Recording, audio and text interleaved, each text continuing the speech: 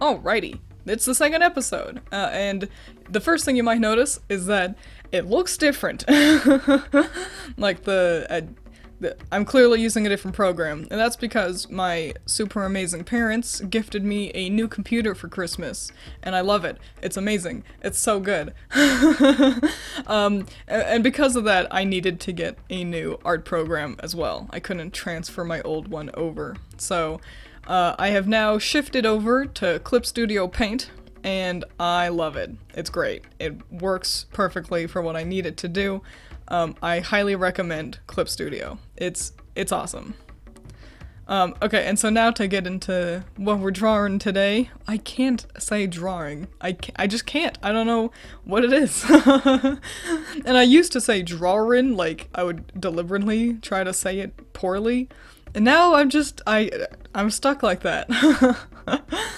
But anyway, because I now have a beefier, more capable computer that I didn't have to worry about overheating or stuttering or anything, I kind of wanted to really show you what I can do. I wanted to show off a little bit because I can now. I don't have to try to keep it small or keep it simple to accommodate an old shitty laptop.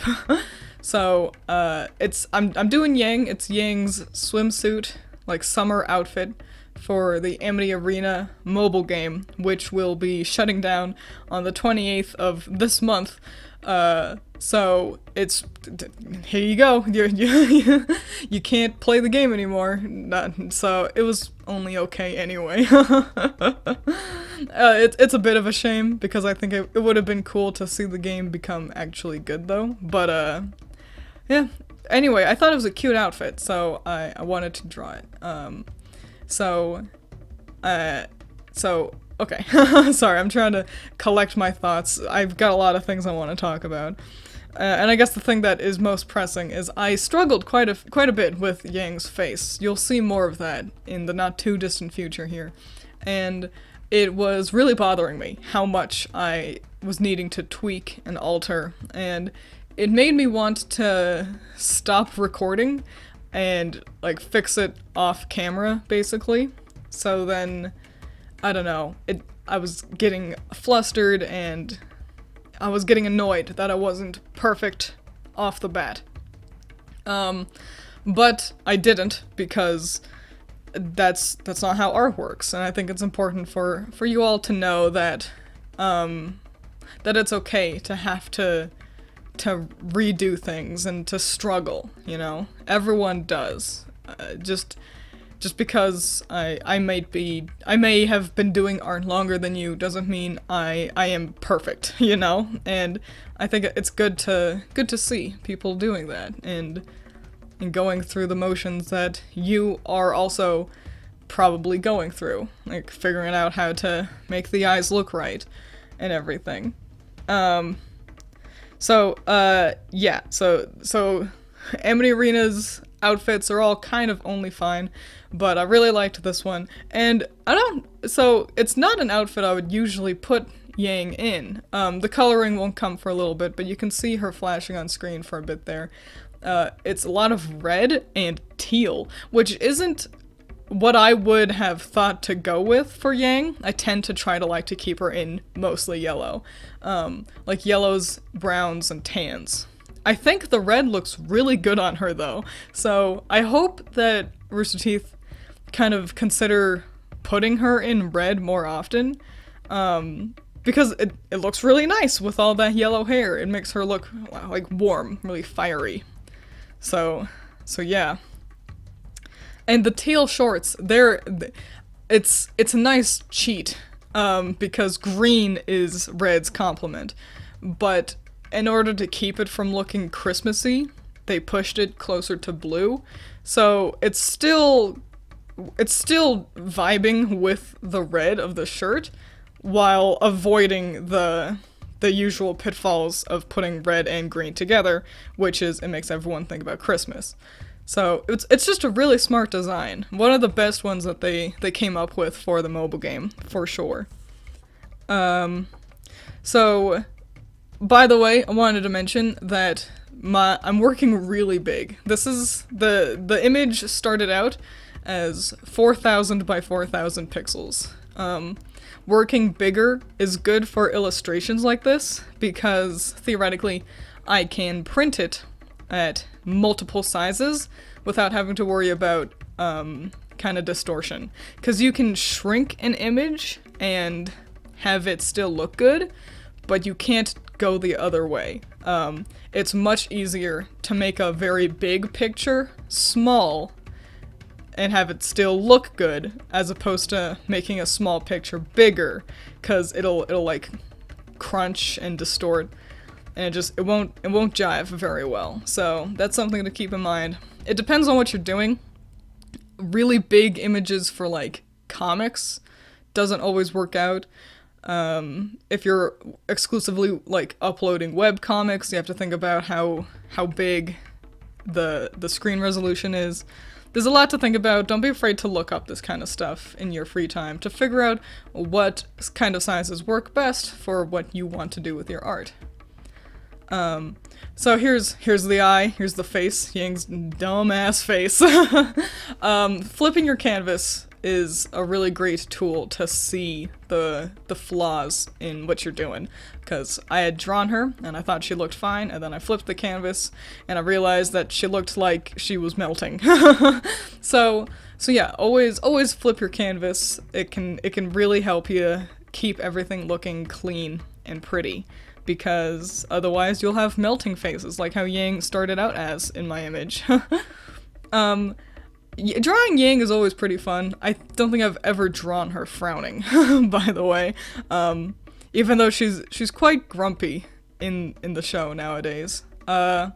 She's just got that such a vibrant energy that you don't really get to do with Weiss and Blake. Usually I'm drawing all the girls at the same time. And Weiss and Blake tend to be more frowny, and Ruby and Yang get to be the excitable ones. And Yang especially is very like, she started out very loud and energetic, and that was just really, it's just a fun energy to capture. Oh, so this little octopus guy, by the way, I know that we're not looking at him because we're doing flats now. Flats is flat colors, just in case you wanted to know. But the octopus guy, so they replace her weapons with these like balloon-looking octopus punching bags, which it works, I guess. When I was figuring out the composition for this picture, I wanted it to be exciting, and I really latched onto the idea of her like playing volleyball with the octopus guy. It just felt like a really fun idea, and I had a couple of different kind of compositions in mind, because I didn't want just another character floating in front of a background. You know, that's fun and all, especially when you're doing a character design, because the point is to get to see the character, and it's harder to see like the outfit you come up with if they're like running around and jumping, you know?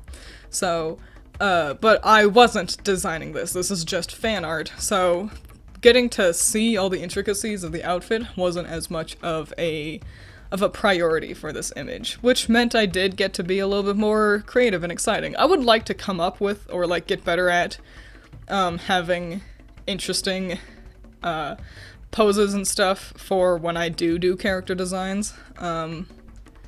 But, you know, always learning. Always working forward. That's another thing. Don't get downtrodden when you see artists you like and you're like, how come mine's never that good? How come I can't draw like them? When I try to do it, it doesn't look right. What are they doing differently? Why am I so bad? You're not bad. You're just inexperienced. An example, one of my favorite artists is Shiro Miwa. He's been doing art longer than I've been alive, okay? Like, that's the thing, is with time, you will improve as long as you work on it and practice. All you need is time and experience, and you gotta be patient. You don't start out being exactly as good as you want. So, but as long as you keep working forward, then you're making progress, and that's good. Even what you now consider ugly pictures, someone still likes, you know? Someone will favorite it on Twitter or DeviantArt or whatever it is. So you're not making worthless content if you're not necessarily happy with your content. Don't let yourself get all downtrodden because you're not at the level you want to be. You will get there eventually.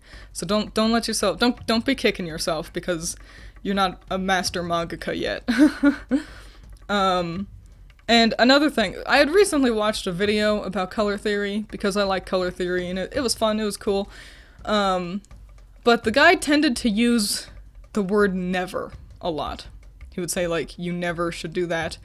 And I don't like that idea because there are no absolutes in art.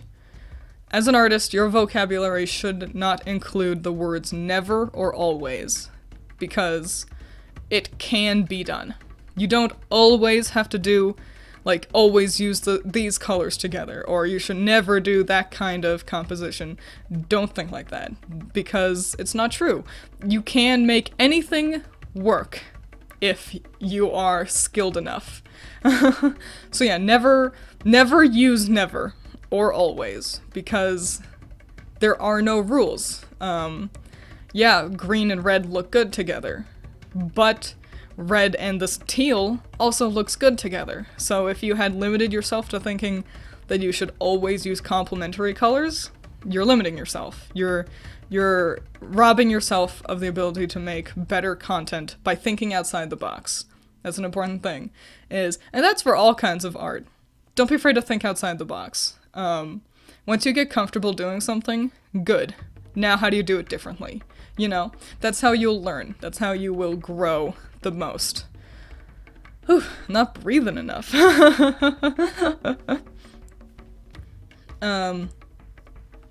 So, yeah, I know that this can seem kind of tedious, watching me color in everything individually, but that's another, and I'm gonna be honest, at its most tedious and unexciting when I start coloring in the water. But that's another part about doing illustrations, is that it is time consuming. You can't just quickly crank out art. And I suppose theoretically I could have sped up my footage more. This is still at 500 times speed, so it's just as fast as my previous video. I think the difference is that I wasn't rushing myself this time. I was letting myself make sure to take the time to do it right, you know? So, yeah, it's kind of boring having to fill in the lines and color in this water, but it's part of the process. It doesn't just magically get done because you think that part is uninteresting. So, yeah, there are shortcuts you can take as an artist, you know? I think implying something with shading or line art is a very effective way to get around having to actually illustrate difficult things. There's a reason why a lot of characters have hair covering up one eye, you know? Because drawing both eyes can be difficult and having them, like, look symmetrical and look good. But yeah, just because it's not particularly exciting to watch doesn't mean it's not an important part of the process. Everything in a picture has to be rendered. Nothing just magically shows up, unless you happen to have, like, a brush that is sparkles, and so then you don't have to draw each sparkle individually. You know, there are, of course, exceptions, but for the most part, I had to draw these waves, I had to color in these waves. If I wanted it to look this good, I needed to put in the time to make it look this good. So don't feel like... If you're feeling bored, like, oh, I'm doing this thing and it's taking forever, it might be a good idea to try to see ways to expedite the process. Theoretically, I could have not had line art with these waves, and instead just kind of put in some, just coloring, you know, without having to worry about staying within the lines of, like, that I had blocked out. If you were doing this illustration and you were getting bored of how long it was taking to color in these waves, then you could take steps to expedite it like that by not having strict lines for the waves to follow. You know, it's up to you to figure out how to make your art as good as it can be and as enjoyable as it can be, because making art should be fun. That's the most important step. If you're not enjoying what you're making, then something's wrong, you know? Art should be fun, you know, and sometimes art is for a job, but if you're not enjoying it, then what's the point, you know? This is such a fun image. I love how warm Yang is compared to all the blue around her. She looks so, like, fiery. Yeah. Also, so I go with actual cell shading this time. Previously, I had done a lazy cell shading, and this time I properly do it. I know this is really dark right now. I lighten it in a bit. Yeah. So her hair is the light source in this picture. I thought it would be really exciting to have this dynamic backlighting. I always I rarely ever do it, but I always like having really dynamic lighting like that. Honestly, it's an easy way to make a picture look really striking. You know, it's the art equivalent of having the music swell during a battle, kind of a thing. So, yeah, yeah, and I think the reason why I like dynamic lighting like this is because I have to think about it more, because I know where to put down shadows, on a picture normally to make it look, you know, acceptable. But the moment you change where the light source is, you have to start thinking about it more. And because of that, you have to put in a little bit more effort, you know? And effort always pays off when you're illustrating. So, and it's just fun because you get to think about how light moves around things.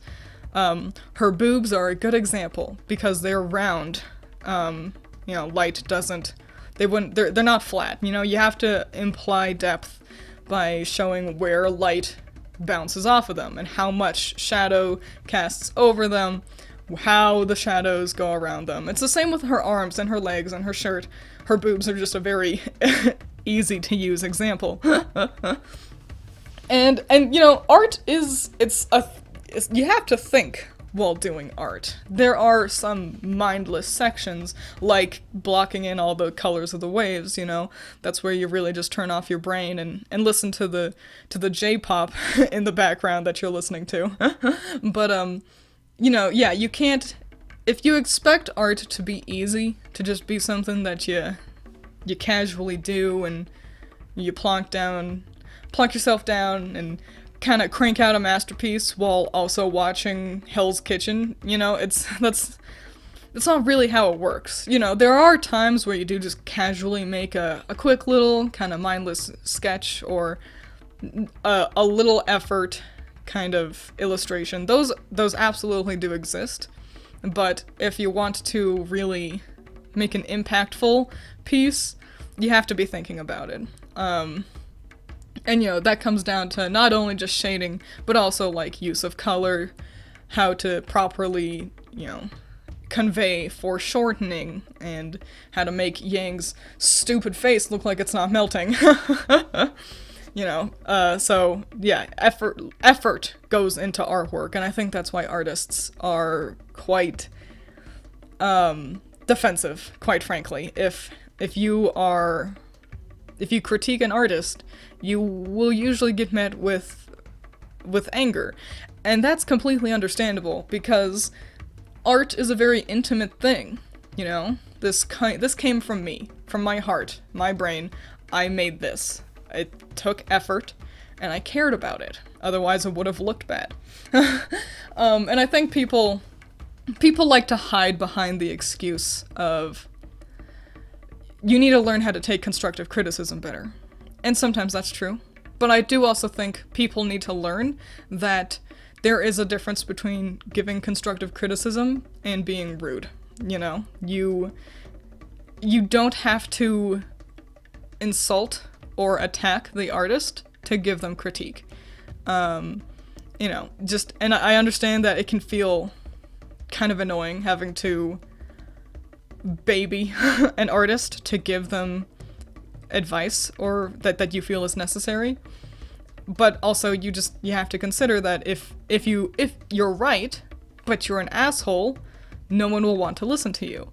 So, just like with anything, if someone sews a shirt and you're like, hey, this is crap, the arms aren't the right size, you did a really bad job, well, you're gonna hurt their feelings. It's the same with artists and producing art. But yeah, I absolutely love Clip Studio Paint because I can actually mask layers. That's why I was able to put my shading down so quickly, because I was able to make a layer mask of the color I was doing. For example, I selected my skin layer, so only the skin was highlighted, and then on a new layer above that, I put down a layer mask, and that meant on my new mask layer, I could only illustrate over the skin, which meant I didn't have to worry about going over and, like, coloring in something I didn't want.